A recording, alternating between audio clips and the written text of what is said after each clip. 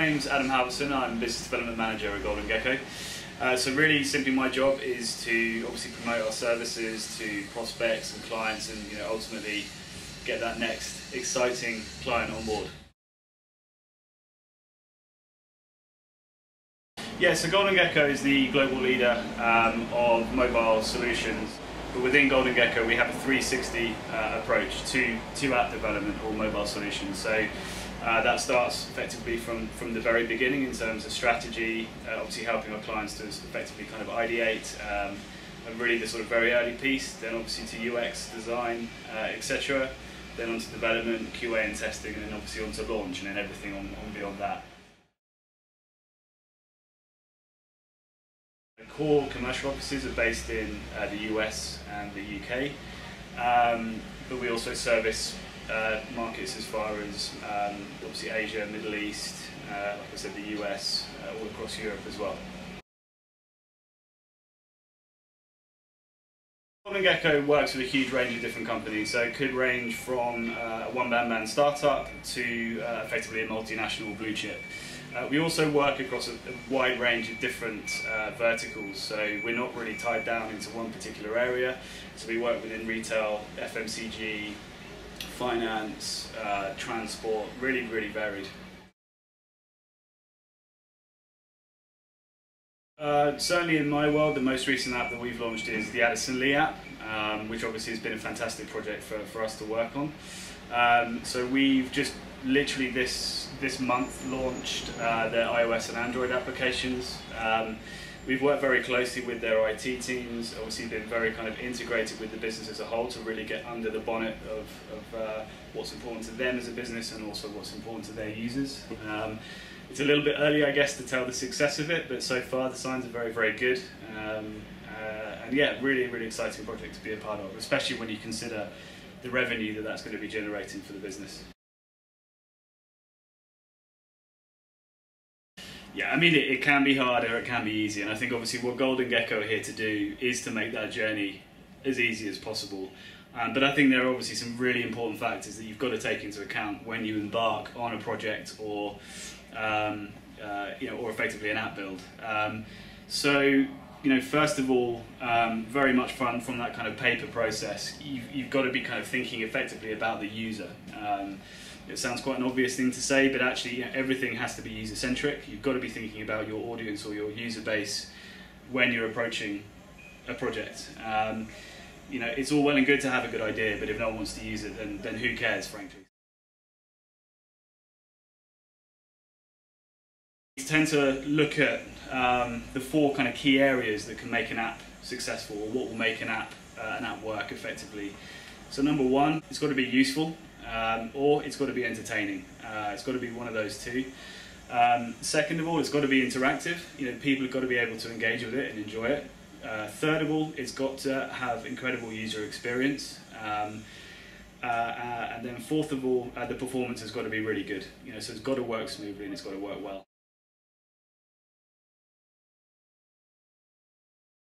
So first of all, the best one I would have to mention is O2 Priority Moments. I guess the way that we can look at that is the ROI that obviously they generated from that project was huge. So the stat which we always like to use is that for every £1 spent, that project generated £9.50 in return. Yeah, so the second example I'd like to give is a project that we did with Warburton's, the bread company. So we created a solution for them which effectively was all around enhancing productivity, helping their guys in the field to be more efficient with their time.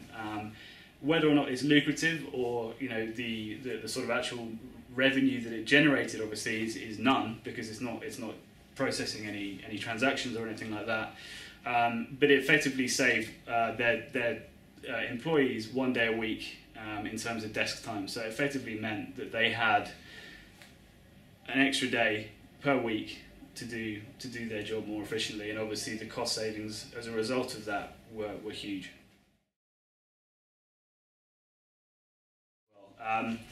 So effectively what Golden Gecko can offer as a solution is that kind of end-to-end offering within the app process. A lot of the time we do see an approach to an app project can be very fragmented.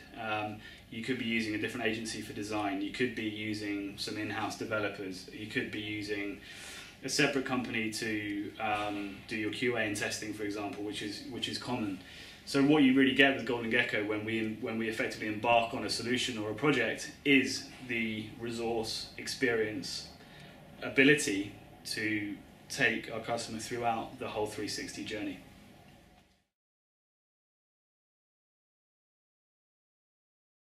Good question. So I think, first of all, what we've definitely seen over the last few years is a real move away from campaign-led, kind of flash-in-the-pan applications. We've seen a real huge growth in terms of strategic, business-critical projects that, like, for example, Addison Lee, are generating effectively, well over 100 million a year in revenue.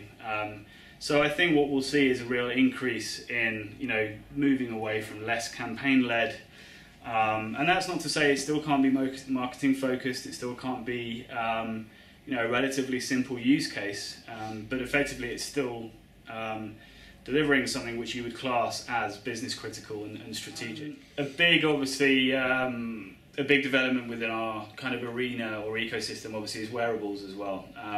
So we've done quite a lot of proof of concepts already, working on some really exciting things, but I think obviously now with glass becoming a little bit more mainstream, but obviously with the iWatch and general wearables just developing all the time, whether it's around health or whether it's around productivity or consumer-focused solutions, we are seeing a huge shift towards effectively wearable technologies and obviously developing software or solutions for those.